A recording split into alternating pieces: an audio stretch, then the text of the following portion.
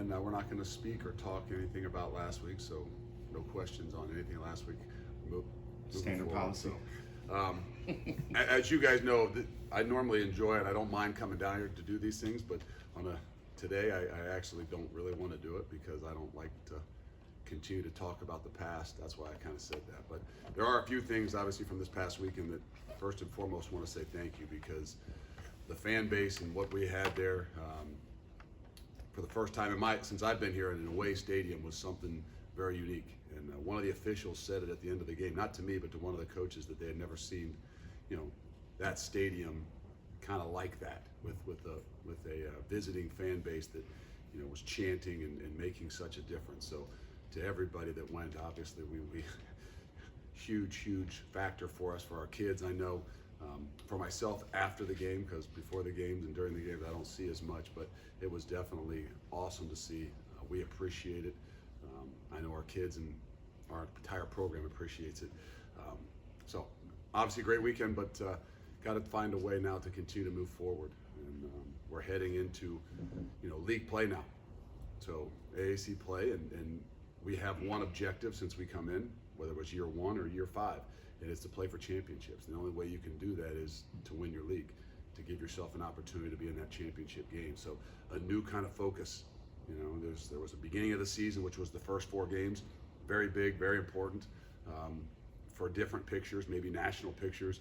And then as you get into the league, a little bit of a different, not mindset, but idea of, kind of separating out your season for the first part, the middle part, then the last run part. And here we are in kind of the middle part to start the league. And we really got to lock ourselves in and focus on what it is that we're doing, because we got to continue to get better. We know the bullseye is going to continue to grow, and Temple has been a thorn in our side since we've been here. So I think that it was good to get out there and actually practice last night, since we're playing on a Friday night, kind of get ourselves going a little bit quicker and get out of that instead of a 24-hour celebration where you can enjoy the game, crank that thing down to 17 hours and move forward.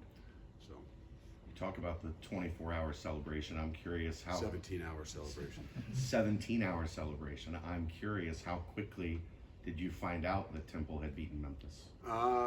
Before I got on the bus, and I don't know who it was that told me, but I said, don't ever tell me that again. At least give me a few hours to enjoy what we just did. But again, everything is instant now. So whether you knew they beat them, you could start to watch your own film on the bus ride home. So, hey, it's great for our league. I think that it's great for make sure our guys have their eyes open, because some of our guys have never played it. We didn't play them last year, and they don't realize and understand what happened in year 1 and what happened in year 2 when we were undefeated and went over there, or we had 1 loss when we went over there and we're really rolling. And so they have, no matter what, have played us really well in all 4. I guess we only played them 3 times, right? We didn't play them last year in all 3 games. The 2 drives, the 2-minute drive at the end of the first half. Temple game? No, of the Notre Dame, if you'll allow. Okay, go ahead. The 2-minute drive at the end of the first half, Yeah. where offense really seemed to start clicking for the first time, and then the last drive by Desmond. You can take each of them separately, but that Alec Pierce, after the game, you guys practiced those 2-minute drives at the end of every practice. Did you see kind of that preparation come in there? Yes, I mean, I think you just gain confidence in what it is you're doing. You get the ball back, there's a minute left. And as a coach, you're up 10-0. You're getting ready to go into halftime. You've learned maybe from, what Indiana did against us and turned it over in that situation. Because you always kind of run through the things in your head based on what you've done and obviously what the other team did, so you can learn from them.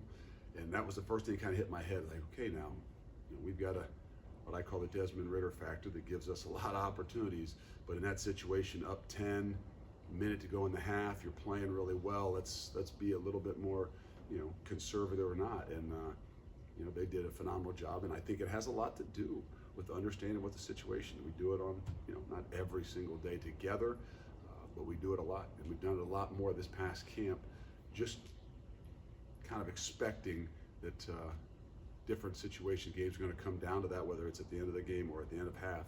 And if you really look back at the 2 games that we've lost in the last 2 years, have been because of 2-minute situations. So kind of twofold, both for the offense and the defense. I think we are much more comfortable right now in those situations for a lot of reasons. To add on that, how much do the first play or two of a 2-minute situation, how much does that dictate? Like if you can hit something big the first play or two, then it's put You on. can. I mean, if you look back at Indiana, they hit a one play or at the offsides where they threw the ball and got the first down, and then all of a sudden made them kind of change gears for us too. There's, it just depends. It kind of, the offense has a suggestion, and then the head guy kind of clicks on and gives it his suggestion to how we want to go about this thing to start with. But knowing darn well that 10 points wasn't going to win that football game, we pride ourselves and say, hey, you can't preach one thing to these kids about being aggressive and taking your shots and keep swinging, and then take yourself back the other direction, saying, hey, let's be a little bit more conservative. Let's punt the ball. Let's not go for it on fourth down. So all those factors go into it. That's where you see us, being a more aggressive team in some of those situations. On the defensive side, you guys have the #1 red zone defense in the country. Just in the Notre Dame game, the first drive, having Sauce get that interception off the pressure up front. I mean, how big is that for your team when you're in games like that? Well, obviously huge to start the game. They moved the ball. They obviously had a plan. And when guys are on a script, you're usually going to see a lot of different things, and you're really going to see how they're going to attack you. And I think that's what those guys, Coach Tressel and all those guys on defense have done a really good job. Of being able to adjust, seeing that first script, and sometimes it's even better to have a little bit of a drive. I know we don't all want it, 3 and outs are what we want, but sometimes you see a 7, 8, 9 plays and you get a better feel for what's on that script that they're really going to attack, and it really helps you kind of adjust throughout the entire game. Not that you want to let them into the red zone because we're playing well there, but another just opportunity for us that our guys are very opportunistic, and like I said, don't panic when they get down there, because those are areas, 2-minute situations, red zone areas, are things throughout that entire camp. Having an older group, having a team where you've got a quarterback coming back, having a team where a lot of guys back on defense, you're always trying to find, okay, what areas are we really going to focus in on? Can we not say keep them motivated, but find ways to get better. And you don't have to spend as much time in your normal stuff. Sometimes even the fundamentals of things throughout camp, you got opportunities to spend, doing 2-minute situations and playing in the red zone a lot more, and I think it's benefiting us. You said after the game that this team still hasn't played its best game. Moving forward to conference play, what more do you still want to see from this group? I think consistency. I think that's the hallmark to greatness in everything we do. And I'm not sure you're going to ever hear me say we played our best game, but I think 4 quarters is what you really are striving for. And it doesn't have to be perfect, We played a really good first half week 1. We played a really good second half week 2. We played a really good 32 minutes in week 3, we played a really good football game. We just, that lull in that third quarter, when they started kind of coming back at us, I think maybe we lost a little bit of focus, and that's where, got to find ways to grow, and that's going to be a way that we are going to have to continue to grow, because we're going to be in a lot of battles. We're going to see a lot of different things from people. They're going to come out, obviously with the bullseye on your back, and there's going to be a lot of adversity. We got to find a way to consistently play like we should for 4 quarters. The big pass to Lenny at the end. Obviously, I'm sure you're looking at it from like a preparation execution standpoint, but are you also thinking about how far both of those two guys have come in your time here that they're able to recognize and make that play? No, there's no doubt. I mean, Lenny made some big plays. Both of those situations, the 2 minutes before half, and then obviously that last drive. And that all goes back to the confidence. And it's not that Lenny doesn't have confidence. I'm not saying that. It's the confidence that people have in each other, that you really start to see the growth. And, because of where Desmond Ridder is, I think that his ability to move the ball around, his ability to have confidence in all those guys. I mean, we had big shots to Alec, we had big shots to Trey, we had big shots to Lenny. So it's not like there's just one guy that you say, okay, hey, if I'm going to take a shot, this is the guy I'm going to take a shot to. So all that kind of goes back to that real confidence that not a coach has in somebody, because he could call a play and he could throw it someplace different. But the confidence that those guys have in each other, that, when the opportunity arises, he's going to not just look for one guy. All right, to ask a Temple question. Please. They have 2 young quarterbacks that they're kind of rotating between. Well, I mean, one was hurt. One was, yeah, but they both played. Yep. How much of a challenge is it facing young guys because you don't have a lot of tape on them? And also on the flip side, how much do you look at inexperience and say we can be aggressive there? Well, I mean, I think it's always going to be a challenge. Like last week, there was 3 quarterbacks. You didn't know going into the game. You didn't know going into halftime who was going to come out and be the guy. And So you always got to be able to adapt and adjust. Young guys in particular, yeah, there's a lot of things they haven't seen. There's a lot of things that you're not sure of. And I don't really. They've played. I'm not saying not a ton, but both of them have played a little bit. So you don't know what the differences really are. To me, that's the biggest thing. What's the differences in the two? Like last week, there was 3 quarterbacks. They hadn't all played a ton, so you didn't know exactly what the differences were. So it's harder to, kind of manipulate or know what it is that you want to do. I feel a little bit similar this week. Both quarterbacks, we've seen it a little bit of them. I'm not sure if there is that big of a difference, in the coaches' minds based on what, kind of which direction they go based on who's in there. So that makes you have to kind of prepare, a little bit broader, and really puts the pressure on your guys and the coaches to make adjustments once the game begins. Monday is obviously impacting these games.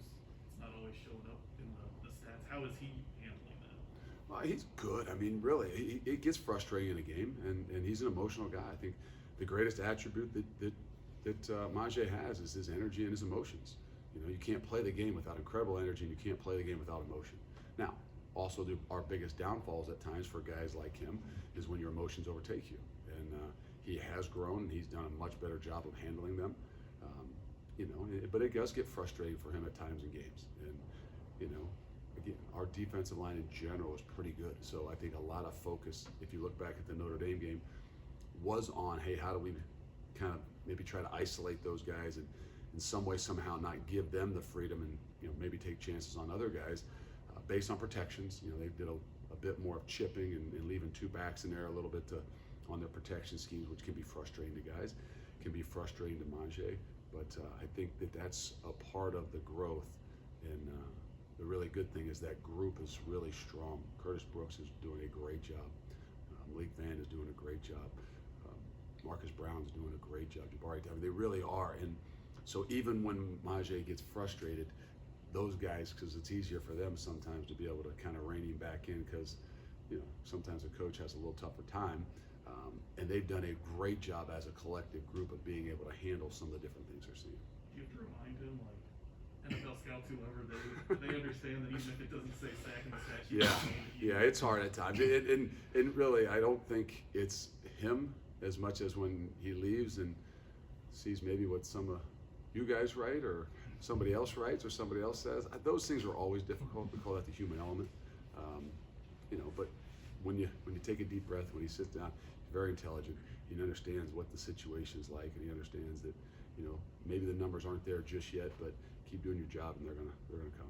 As a coach, how rewarding is it to see a guy like Metz starting to really blossom and have an impact and find his role? Because this means a lot to him. Yeah. And he wants to. There's no doubt that there's a passion there that he loves. He loves this game. He loves the team. Always going to be about him continuing to learn the game. And some of us don't realize if you're not from here or haven't played football for a really long time, there's a lot to it that, it's not that you can't learn it, but it's just the confidence that you have in being able to replicate it on a consistent basis. And I think that's where Metz is finally getting himself to. He's always been a mature kid. He came over here as a mature kid, but mature in understanding the game of football, recognizing that nothing is perfect. A guy that's a 4.0 or 3.9 student obviously wants to do things really, really well and exactly right. And what he's done is really kind of matured. His confidence is really starting to kind of show a lot. And I think that just with playing and understanding the game a little bit more. Luke, the phrase human element you used just a minute ago. I want to ask a human element question here. So, do you think as a Can't promise I'll answer it, but do you think as a college football coach, when it comes to playoff talk, when it comes to rankings, do you think what a team did the previous year? Look, you guys obviously brought up a lot of capital last year with an undefeated regular season. Do you think that should matter in how you're evaluated this year? well, I think your body of work is always going to matter, and I think it matters more at the beginning of the year. I think the first half of the year, it has a big deal. It's a big deal. And I think as you get later in the year, your body of work from that season and really how you play as the season moves on. The last 3 games, in my opinion, are the most important thing to how you're playing the game. And if there's a consistency in getting better, I know that I always hear that in basketball, when they're picking the tournament. Not that I watch a bunch and know a lot about basketball, but they're always talking about who's playing well. And I I think it's the same thing in football. They just don't talk about it as much because there's so few games, and every game is so important. But I think really deep down inside, those teams that are playing the best at the end of the year, not just are going to have the opportunity maybe to do some postseason things, but are going to get the chance, whether it's a possibility to play or even what bowl games guys go to. I think that that has a huge factor. Late in the year, early in the year, I think it has a lot to do with some of the things from the years previous. Do you think you'd be ranked fifth if you didn't have the year you had last year? Probably not. I mean, it's really hard to continue to rise, if you start off outside of the, even the top 25. I'm not saying you can't do it, but to us in the program, and hopefully to our kids, it really matters those last couple weeks. The first few weeks are nice and it's great for recruiting and great for your fan base and great for your community. It's sometimes even a little harder on the coaches and in the program, to keep reminding them over and over again. It's about the, how you're playing at the end of the year, and the only way to do that is to be consistent. I know last year we would keep asking about playoffs and rankings, and you try to fend it off. Are you starting to just kind of embrace that conversation because you're in it? I mean, you have to. I mean, it is what it is. Nothing's going to really be, kind of decided right now. And like we go to camp, I'm saying you go out there, you have a bad day at camp. It's not you're not going to lose the conference because you had a bad day, all right? But it puts you in a tough situation. To have a great day doesn't mean you won everything. The final and fatal whole idea. But nonetheless, we know what it's about, and we know if we want to have an opportunity to play for a championship, to even be recognized in the midst of postseason anything, we're going to have to play our best ball at the end of the year. We're going to have consistency. We're going to have to handle all the different things. Whether that's handling a game, handling adversity of a game, or handling some of the praise that comes up with it afterwards. All of which are things that the maturity of your team will be determined by.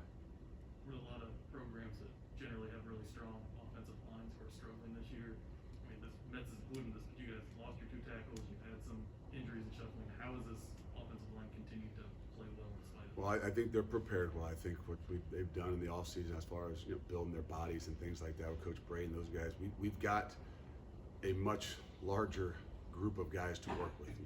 Obviously when Vinny went down, it was really difficult on us. Jake went down a bit in camp. It was really difficult on us. So a lot of other guys got a lot of opportunities, and we moved things around. Normally going into camp, I say, hey, we got to figure out our top 5 guys and get them in there and make sure those guys are gelling together. And we went to camp this year. I said, we got to figure out who the top 8 are. I think we've really got some depth. We've got some guys that are going to have to grow, but have the potential to be able to play more than just 5 guys. And so that's basically what you say, that group has bred, those not just young guys, the Colin Woodsides of the world that's not young, hasn't played a ton, but I mean, we wouldn't miss a beat when he goes in there.